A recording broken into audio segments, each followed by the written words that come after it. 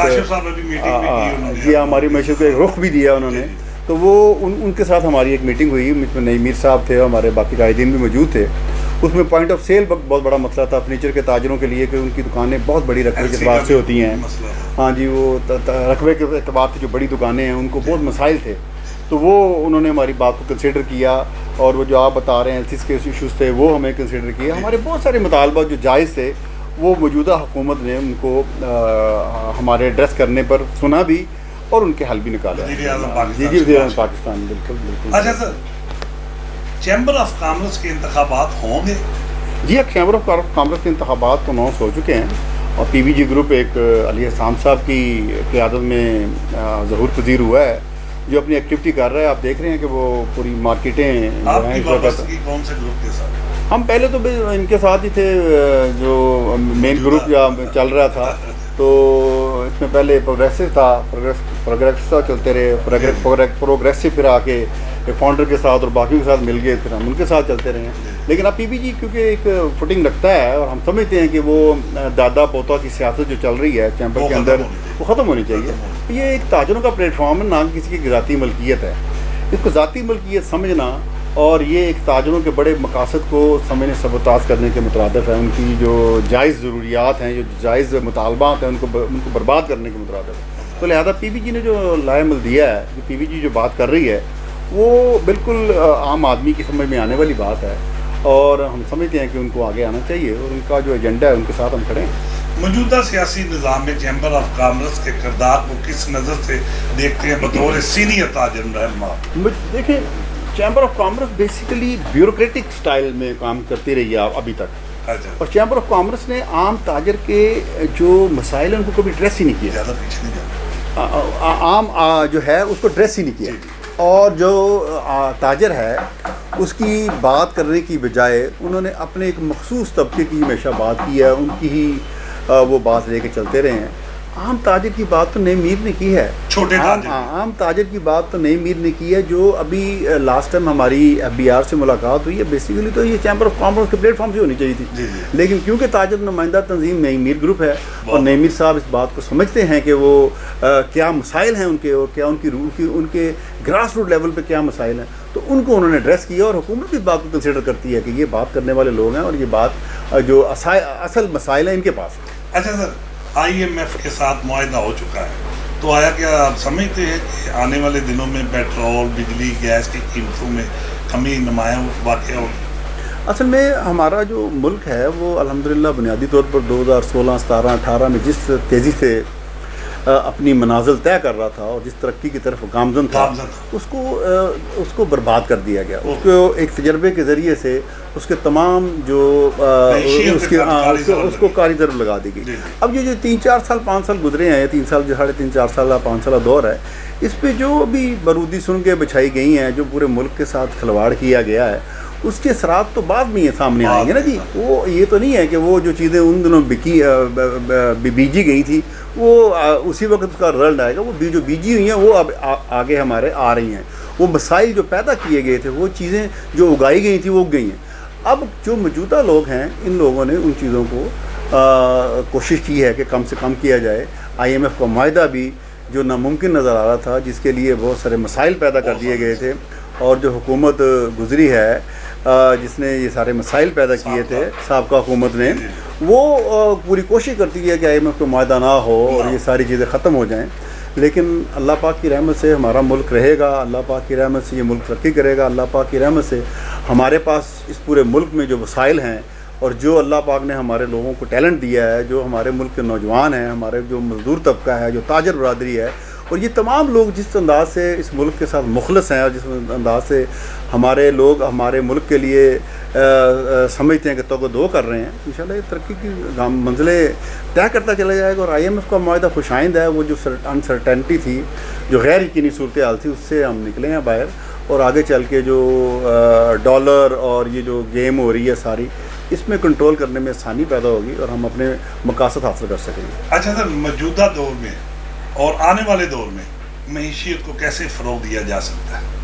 دیکھیں جی، ہمارا جو زراعت کا شعبہ ہے جی جی اور جو تجارت کا شعبہ ہے، یہ بڑی اہمیت کے حامل ہیں پورے ملک کے لیے۔ جی۔ ہمارا جو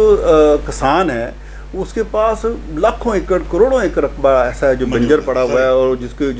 کو سپورٹ نہیں کی جا رہی، اور اربوں روپے کے قرضے ایسے لوگوں کو دے دیے جاتے ہیں، اربوں روپے کے فنڈنگ ایسے لوگوں کو کر دی جاتی ہیں جو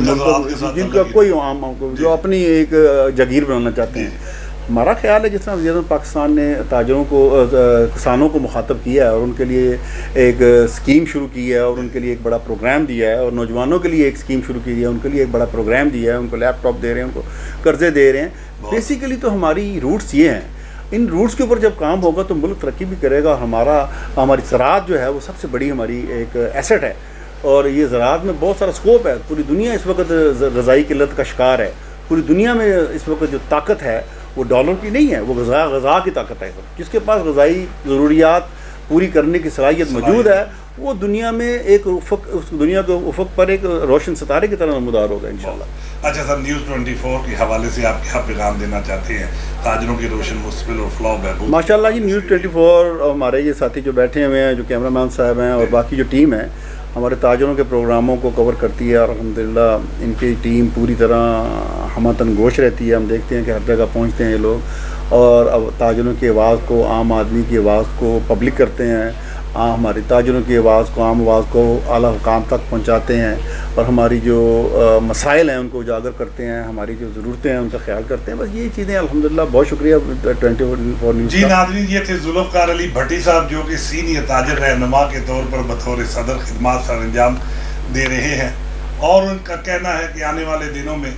یقیناً تاجروں کی خوشحالی اور اس کی فلاح و بہبود کا انشاءاللہ تعالی بہترین معاشی حالات ثابت ہوں گے۔ تو اسی کے ساتھ اپنے میزبان ایم اے رحمان کو نیوز 24 سے اجازت دیجیے۔ اللہ حافظ۔